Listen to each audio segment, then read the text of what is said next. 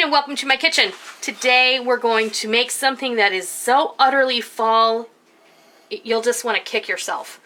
This is a raised pumpkin bread with walnuts and pumpkin seeds, and it's going to make your house smell amazing and you're going to love it. Let's go see how we make this.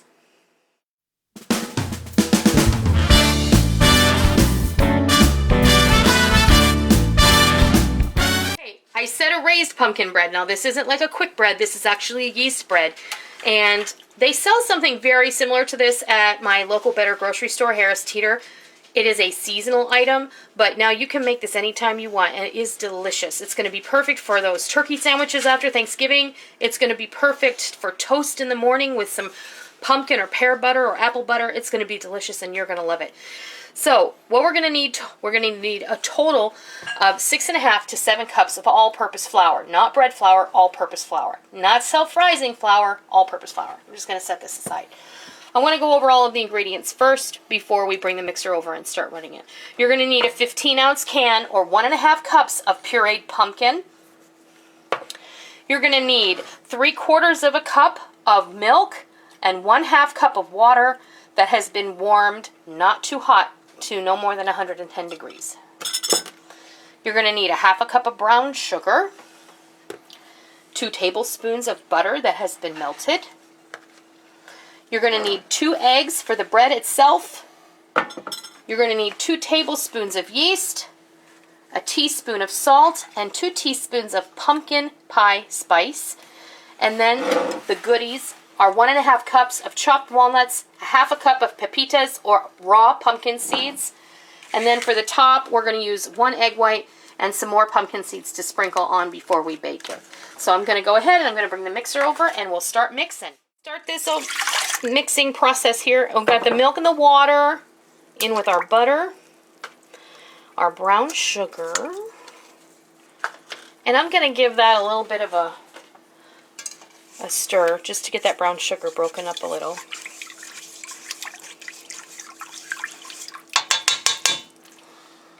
Our eggs.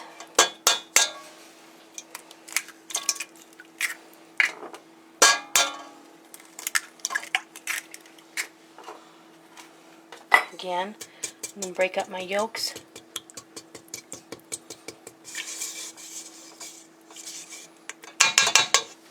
So this is going to be a really nice rich dough. In with our yeast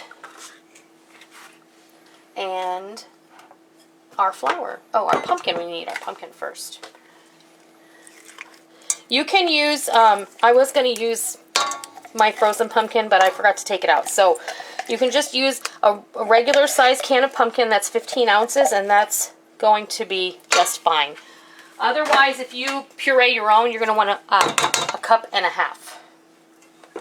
Now, let's get this on the mixer. Where's my hook? There. Hook. Here we go. Alright, now, give me a 1 cup measure, honey, please. Thank you. I'm going to take about a cup of flour out, and I'm going to put the rest of this flour in here, just like that. And then our pumpkin pie spice and our salt goes on top like that. Now we're going to mix this on low until it becomes incorporated fully, and then we'll go ahead and turn it up. It already smells fantastic. I mean, I don't know how it can. Okay. You see how it's sticking? At first it didn't look like it was going to be sticky, but then it got sticky on the side of the bowl. I'm going to add a 1/2 cup of flour, and then we're going to see where we're at. Okay, I added an additional 1/4 cup, so I added a total of 3/4 of a cup of flour. It's perfect now. You can see it is not sticking in the bottom of the bowl.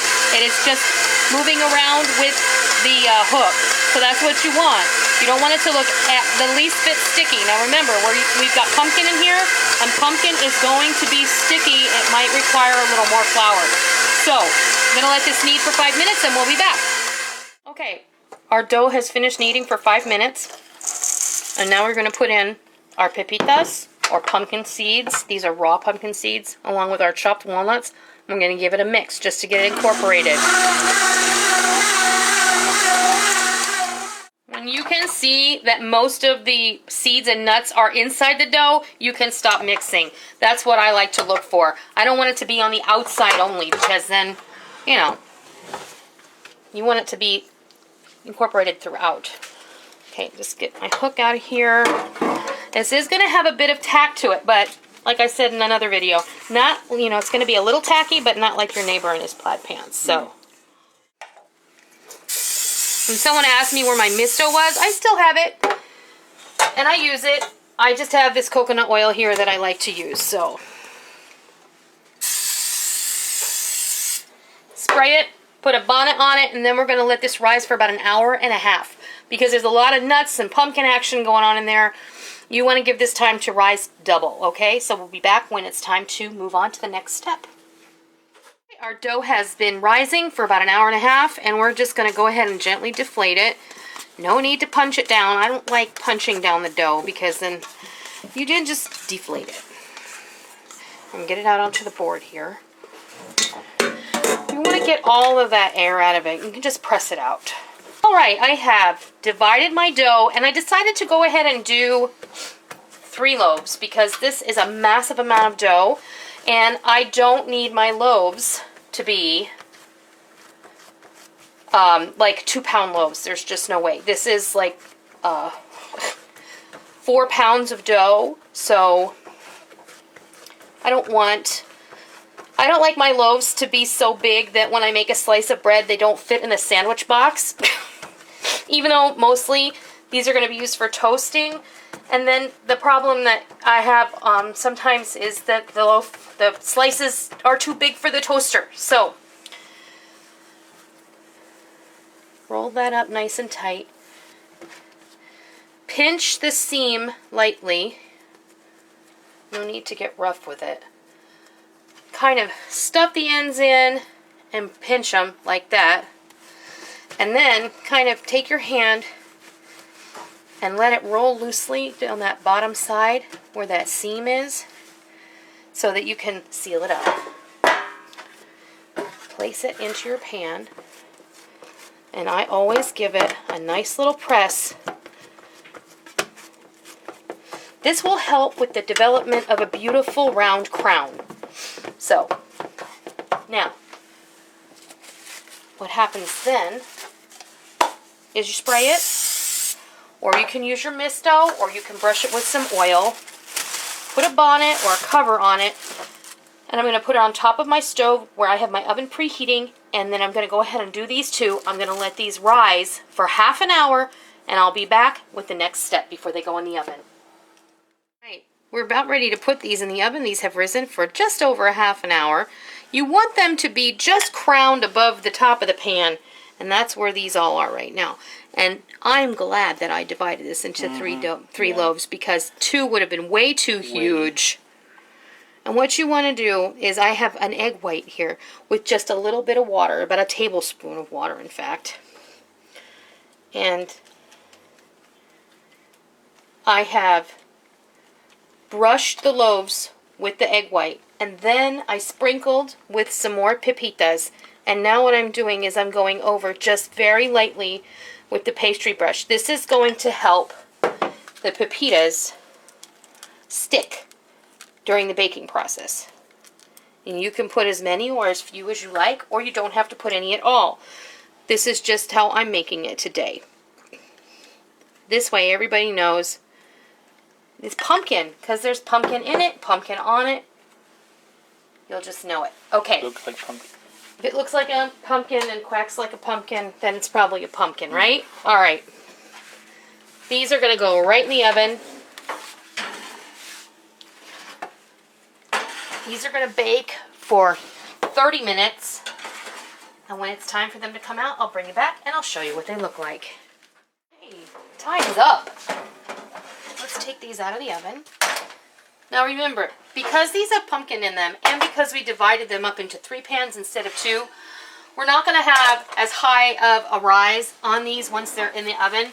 but that doesn't mean they're going to be any less delicious. So what I'm going to do now is I'm going to let these sit in the pans for just a few minutes, then I'm going to turn them out onto a wire rack and I'm going to let them cool completely. And then we'll slice into one and show you what they look like. They look awesome. They do. Delicious yeast risen pumpkin bread. Now don't think that this is going to taste like the cakey pumpkin quick bread that you're used to making, because it doesn't. It just has this amazing, hearty, earthy flavor from the pumpkin. There's just that tiny little bit of sugar that lends a tiny little bit of sweetness. But the killer on this thing is these pumpkin seeds. These things are incredible, and having baked on the top like that, they're all roasty toasty, and they taste amazing. Yeah. And you can see them along with the walnuts throughout the bread itself. This is going to make a great sandwich. Think turkey, cranberry sauce, nice piece of cheese. I think it's going to be great. Think toast with apple butter or pumpkin butter. It's going to be amazing. This would be great for Thanksgiving. It would be. You can make this into dinner rolls. You can make it into any shape you like. And you know what else it'll make great? Bread pudding. It'll make great French toast. I could think of a bunch of different things to make with this, and it'll be awesome. So there you have it. I hope that you give this pumpkin yeast bread a try. It's totally awesome, and just in time for Thanksgiving. All right, I hope you give this pumpkin yeast bread a try. I know that you're going to love it. And until next time, I'll see ya. Thank you for joining me in my kitchen today. I hope you liked what you watched today, and I hope that you try it, and I hope that you love it. If you like what you saw, please consider hitting the thumbs up button and giving me a positive rating. And also, make sure that you hit the subscribe button if you're already not a subscriber, so that you don't miss out on any of the fun we have here in our kitchen every single day. I hope that you enjoyed it. I'm really glad that you're here. Thank you for stopping by. Don't forget to come by tomorrow. Until next time, happy eating!